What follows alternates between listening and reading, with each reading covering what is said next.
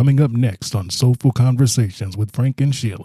People see the stuff that we're doing and they're asking questions like, how are you guys doing all of this stuff? And, you know, I have dreams, I have vision, I have things I want to do, I have things that I feel like God put on my heart to do, but I just feel stuck. Welcome to Soulful Conversations with Frank and Sheila. Hey, everybody. Welcome to Soulful Conversations with Frank and Sheila Battle. What's up? Nothing much. Nothing much. It's been a good day. We hope everybody's doing well. Welcome back to the podcast. Yes. Once again, we hope you enjoyed the sultry sounds of the creative young man named Aaron B. Thunderous applause for our little brother Aaron B. We are so grateful for him and for his gift. Yes. Awesome. So these soulful conversations, you know, they ebb and flow, and they're taking on a life of their own. So we have a guest, and then sometimes it's just me and you, babe. Me and you, us never. Oh my God! And I bet you he don't know the rest of the words today. Ain't no matter, ain't no see.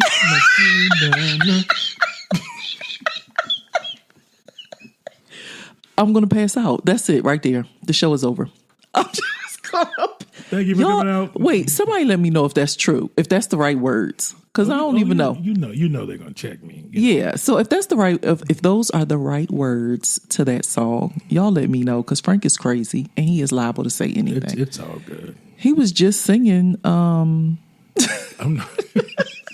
He was just singing before we got on. I am not singing that song. Okay. So, in the midst of all of these, conversations, we've had a lot of foot traffic in and out of the battle station, literally and socially through social media. So, people see the stuff that we're doing and they're asking questions like, how are you guys doing all of this stuff? And, I have dreams, I have vision, I have things I want to do, I have things that I feel like God put on my heart to do, but I just feel stuck. You ever felt stuck, Mr. Frank? Yes. It's a horrible feeling. It is. It's a horrible feeling to know that you're supposed to be doing something and not know how. Oh, I thought you was talking about the time when I backed the car over in that lot. Oh my God. Then I went to that cook. Oh, you're not talking about that kind of stuff? Because that was bad. Y'all pray for me. This is why I solicit your prayers, because this is the kind of stuff he does to me. No, and I don't even know what you're talking about stuck like that, but I mean stuck mentally, emotionally, spiritually, professionally, privately. I mean, just in every kind of way where that your get up and go has got up and went or got up and left. Like you just don't have, your mojo ain't working. See, he's just going to laugh and he's just not going to say nothing. Okay. Nope. So, but y'all know what I mean. So I thought we would do something a little different. Usually it's a conversation and you guys just get to eavesdrop on it, but we're going to go through some tips. Is that all right? Yep. Okay. So the name of today's podcast is 6 Things You Have to Stop Doing in Order to Start Again. 6 things you have to stop doing in order to start again. You ready for number 1, Mr. Frank? Number 1. All right. Stop talking to people who listen, accept, and allow your excuses. Stop stop talking to those folks, because if they are listening, accepting, and then allowing your excuses, they are not your tribe. Not for that vision or not for that thing that's on your heart to do. They might be your tribe in other ways, but they're not the tribe that's meant to come alongside you to help bring that thing to fruition. So that just may be a group of persons, or it could be one person, right? That you probably shouldn't be around for that particular thing. Right. Gotcha. So find a partner, find a peer. I don't want to say partner because I don't want you to think that means that you have to get a partner for your idea, but a peer would be great. Someone who is also ambitious and on a journey of trying to get, something done, something scary done. We were just with Miss Amanda Edie Oliver, and we were talking about do it afraid. And so even if fear is a factor, it's okay. You just jump out and you just do it, right? So if you stop surrounding yourself with people who will allow your excuses, then you make room for new people who will hold you accountable. And I would say a good litmus test for that would be if you are sharing your stuckness. I made that up. I don't know if that's a word or not.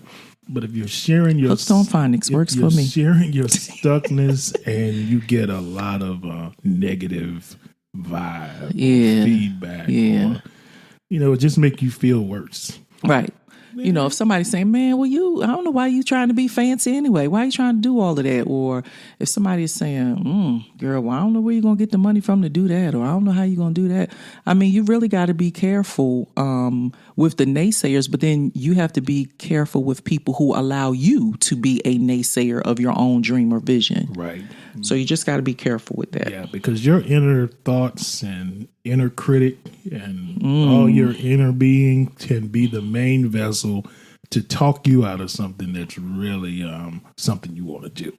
Yeah.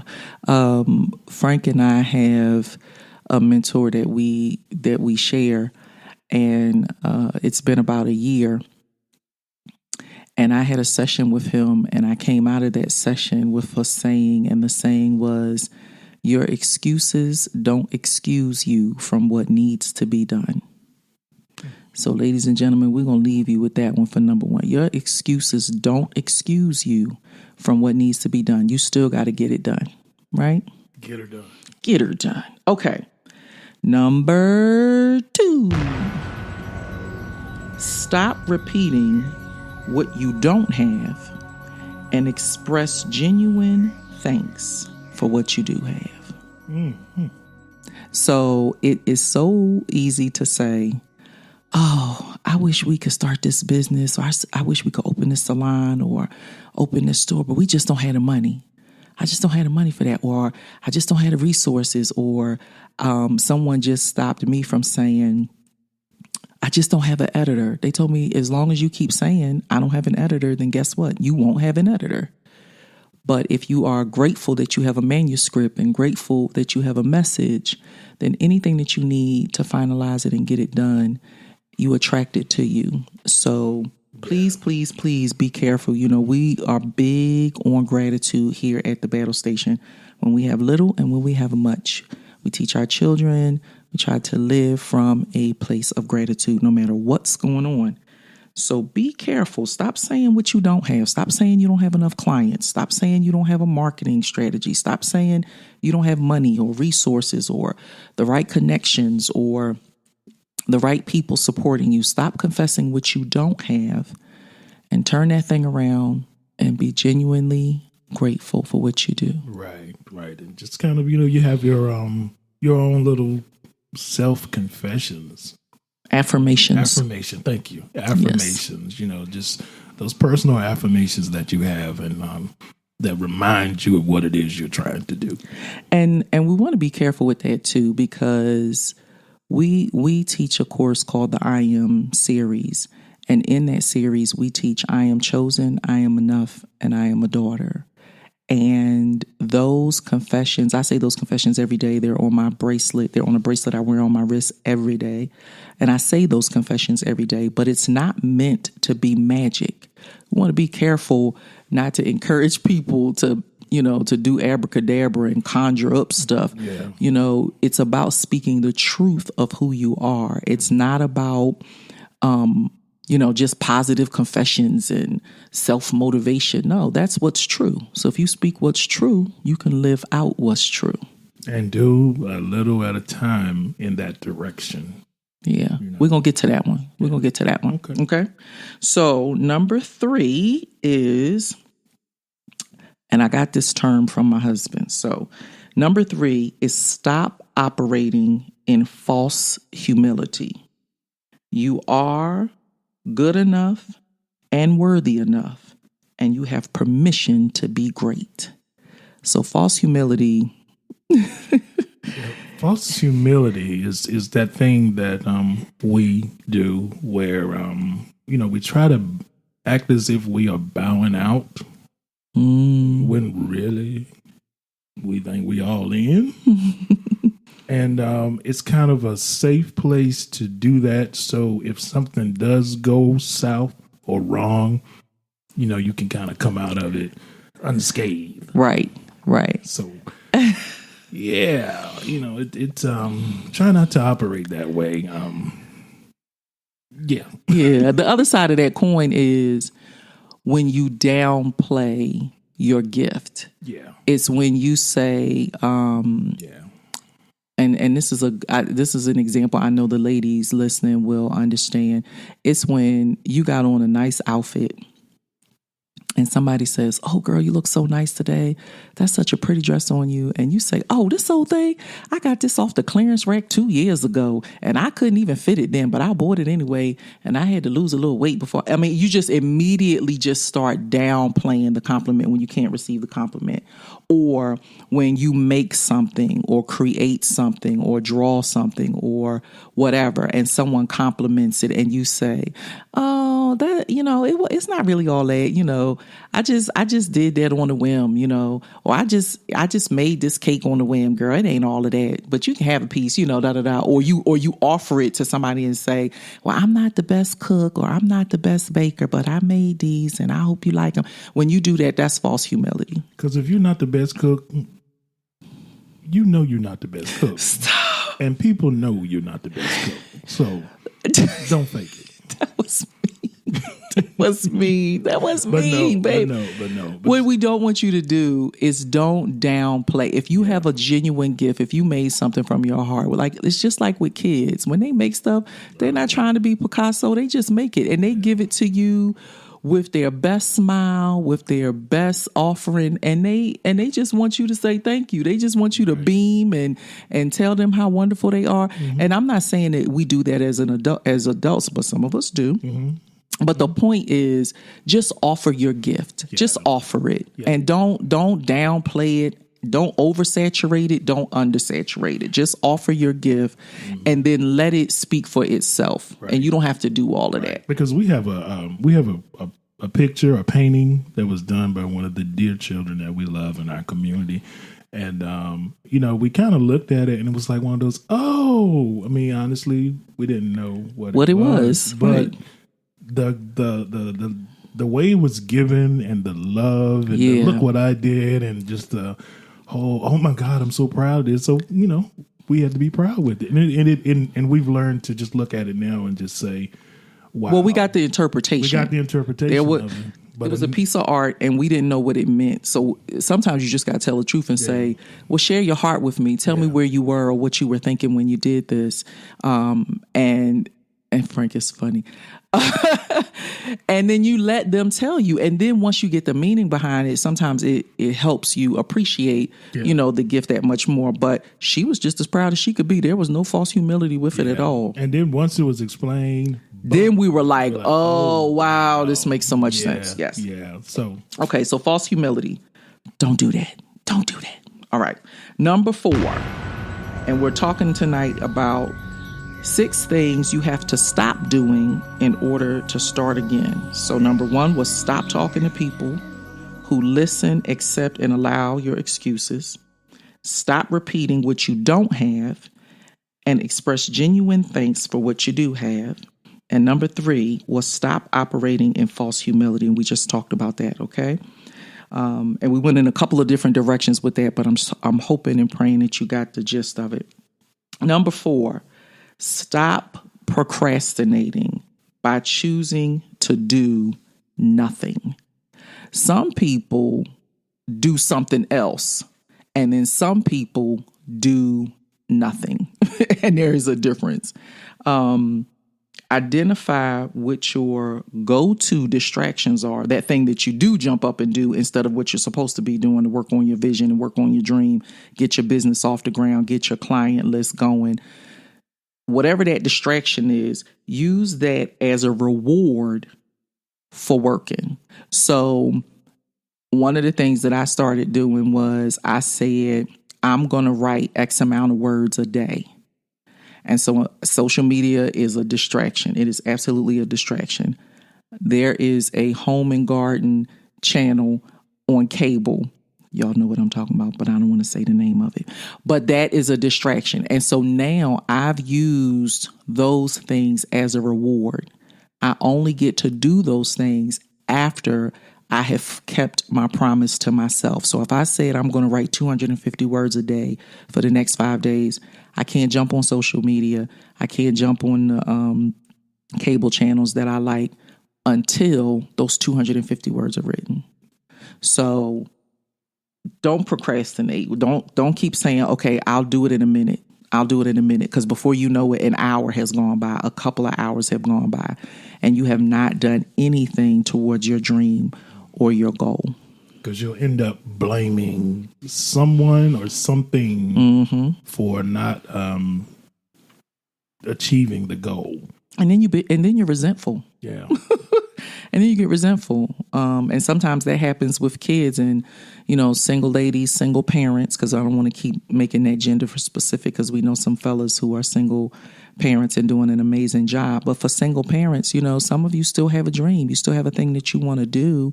And it's easy after you've been working all day to come home and get tied up in the things of your household and your children, and then not work on your plan, not work on your dream, not work on your vision. And then before you know it, you're resenting your kids because you're like, if I didn't have to do all of these responsibilities with these kids, I could get this done. But the truth is, if you partner with your kids will give you 30 minutes. Your kids will give you that hour, especially if they're a little older. So try to work that out and have the conversation, because sometimes your kids don't even know that you want to do something else or that you need to do something else.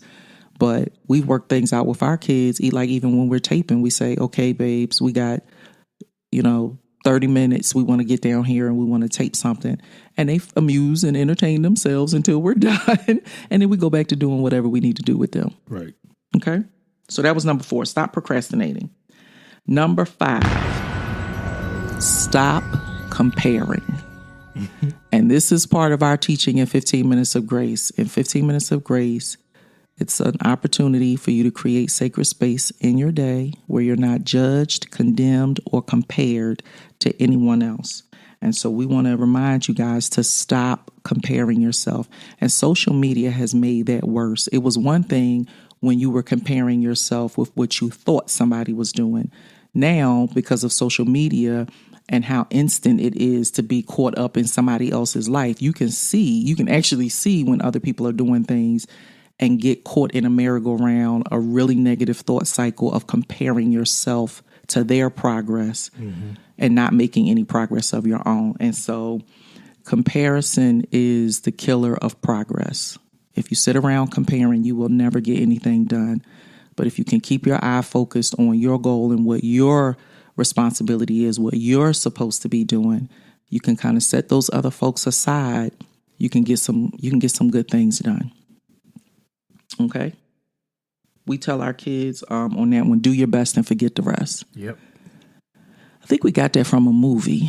We did. I can't remember what movie it was, but we did. And it's something that it's interesting because we were in a parent-teacher meeting and we shared that with some of the staff members that were in that circle of teachers, and they kind of went, oh. Yeah, do your best and forget the rest. Don't compare yourself to anybody else. Do your best. And you're right, babe. We did share that with those teachers, but that's been a theme that we've taught our kids the entire time that they've been in school. Do your best. As long as you did your best. If your best was a C, if you cranked it out, you studied, you put in the time and the best you could get, then we'll take it.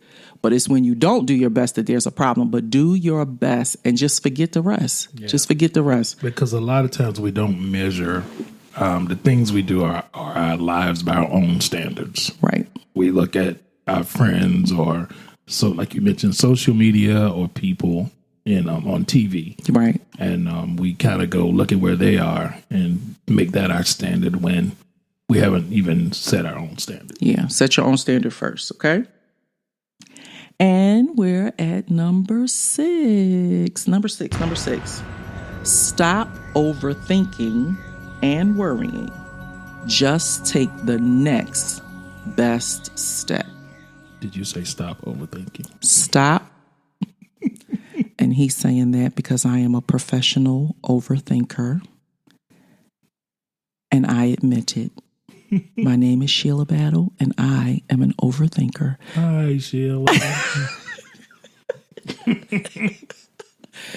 We're going to have an Overthinkers Anonymous support group.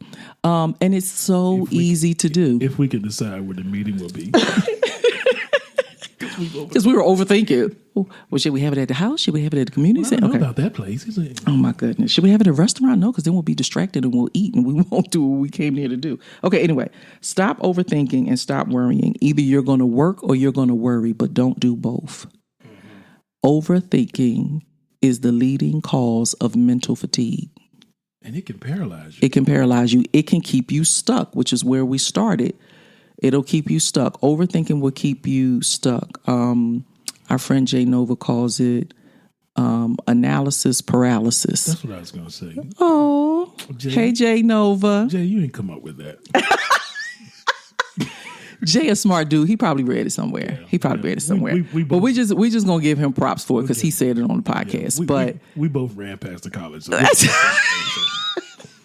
anyway, overthinking is the leading cause of mental fatigue, gang. So when you are just exhausted and you know that your physical strength has not even been exerted yet, it's probably because you are overthinking a thing.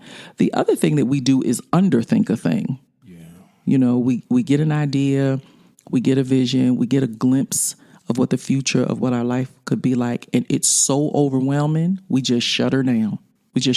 We're like, I can't even imagine where to start. So I'm going to just go over here and eat this pint of ice cream and binge watch on Netflix and not think about that. So you can overthink and you can underthink. And we don't want you to do either one. And again, like we said, either you can worry or you can work.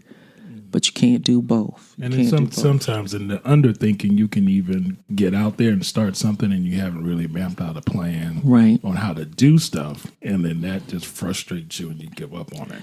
And sometimes you have a plan and in the stages, the phases and gates of that plan, what you planned out might not be the next best step. So sometimes you get in the middle of a really good plan and realize, wait, what's the next best step from where I am right now? Mm-hmm. And you might not have been able to see that in the early stages when you first mapped out a plan. Now, we teach people, plan your work and work your plan. Absolutely.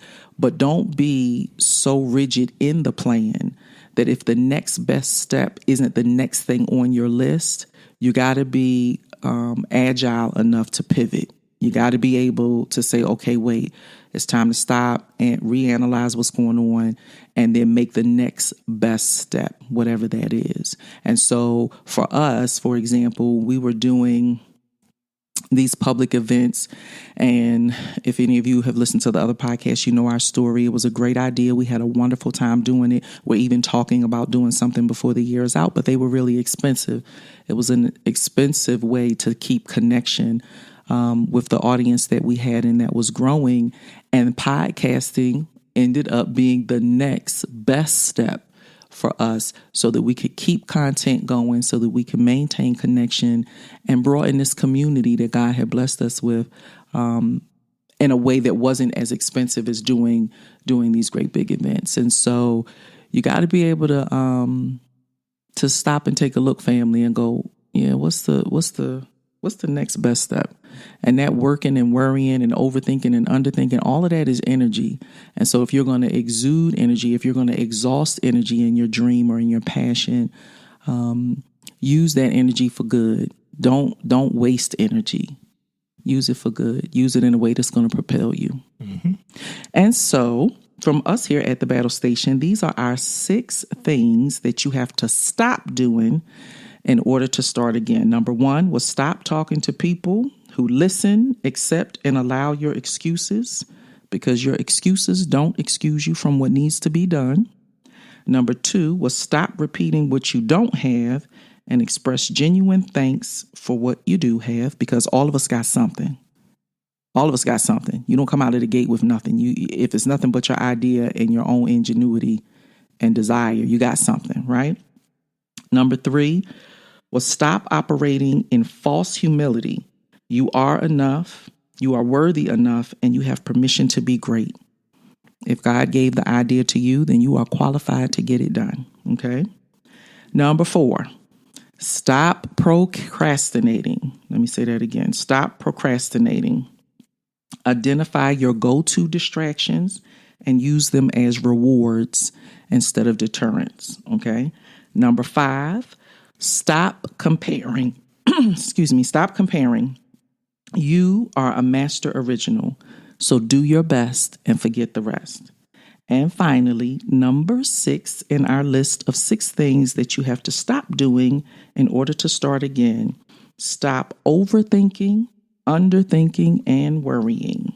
Just take the next best step. You can work or you can worry, but you can't do both. So we hope that those tips are helpful to you. If you have any questions about what we shared tonight, hit us up on all of our contact and social media handles. We are on Facebook, Instagram, and Twitter. Facebook page is The Battle Station. 15 Minutes of Grace. The Battle Station on Instagram. And we're on YouTube. Our email address is info@thebattlestation.org. That's info@thebattlestation.org. Yeah, we want to keep this conversation going. So when we post these videos on the social media handles, feel free to drop your questions wherever you saw it. So if you saw it on Facebook, drop a question. If you saw a reminder that a new podcast has posted on Instagram, start the conversation there. We check social media periodically throughout the day, and you will not have to wait long to get a response from us. Yes, and your suggestions, comments, criticism, all that are welcome. Yes, we take it all in, and we're grateful for all of it. Yes, so, thanks again, Mr. Aaron B., for the beautiful music. Yes. Thanks, babe, for hanging out with me. Thank you for letting me hang out with you. You're my favorite. All right, family. We love y'all so much. Thank you for tuning in. Take care and be well. Grace and peace to each and every one of you. Bye, family. Goodbye.